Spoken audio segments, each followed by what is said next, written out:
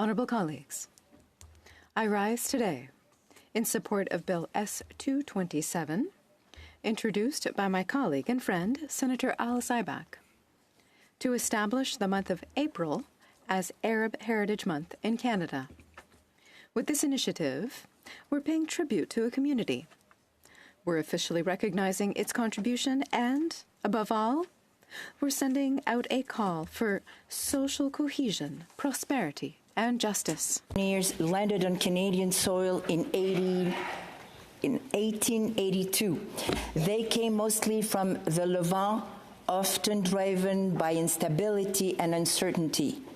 Although they came with their little in the way of material resources, what they did bring with them was invaluable, intangible wealth, a deep faith in work, honor, and community spirit. Ces valeurs, ils les ont transmises à leurs enfants. They pass these values on to their children and the subsequent generations. 140 years later, that community spirit lives on. It continues to light the way for almost 1 million Canadians of Arab origin who, in every province and city, are helping to build this country. Family is at the heart of this heritage. It's the foundation on which collective resilience is built, the nucleus around which solidarity is organized. In Arab families, very early, we learn loyalty, mutual assistance, and respect for human dignity. These lessons, passed down from generation to generation, become the pillars that strengthen Canada's social fabric. To talk about Arab heritage only in terms of cultural traditions. This heritage is reflected every day in concrete contributions that make modern Canada stronger. Beginning with the economy, it is estimated that more than 120,000 businesses in Canada are owned by entrepreneurs of Arab descent. Behind these numbers are real people with inspiring stories, engaged in a wide range of industries such as digital technology, pharmaceuticals, fashion, and banking. Not only do these women and men generate economic value, but they also support families by creating jobs, they invest in our communities, and they enrich regional vitality. Dans le domaine de la santé, des milliers... In the health sector, thousands of doctors, nurses, and researchers of Arab origin work every day to treat, prevent, and innovate. When it comes to culture, so many artists brought their creativity and sensitivity to Canada and the entire world. In the armed forces and civilian security forces, thousands of citizens of Arab origin proudly wear the Canadian uniform. Their commitment bears witness to successful integration and a desire to serve the common good. These examples are not simply anecdotal. They show a reality. Canadians of Arab origin are a living force, rooted in history, fully committed to building the Canada of today and tomorrow. It is not homogeneous. It includes people from North Africa, the Levant, and the Arabian Peninsula, each contributing their own history, traditions, linguistic characteristics, and beliefs. Among them are Christian communities, Maronites from Lebanon, Chaldeans from Iraq, and Copts from Egypt. They are also Jewish communities, such as those from Morocco and Tunisia, reflecting a shared history of coexistence. And of course, there are Muslims, Sunnis, Shiites, and those belonging to other traditions. Cette diversité n'est pas un...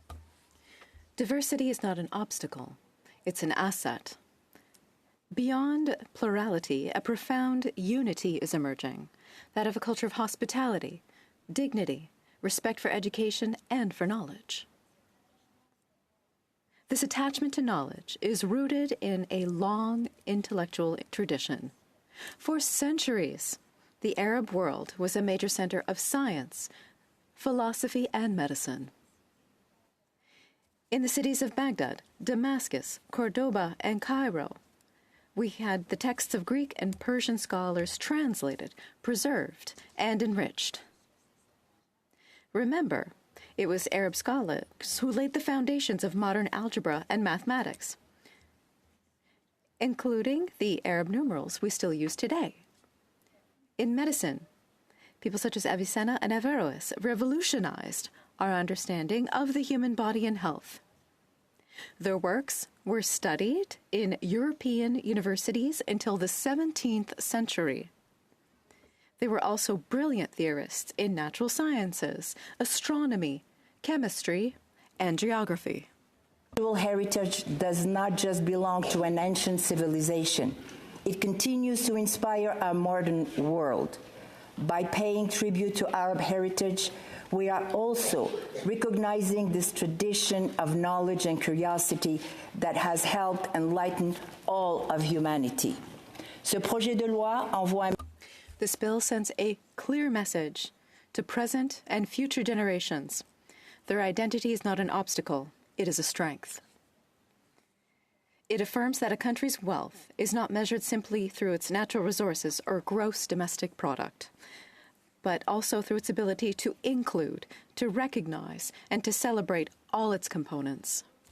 By identity-based tensions, inward-looking nationalism, and intolerant rhetoric, this bill reminds us that real action is needed to build bridges. The official recognition of Arab Heritage Month is a gesture of education and unity. It is also a way to bolster Canada's position on the world stage. A country capable of celebrating its cultures is also a country capable of forging trade, diplomatic, and human connections with the entire world. Bien entendu, je ne peux pas. Of course, I cannot deny that this bill echoes my own history.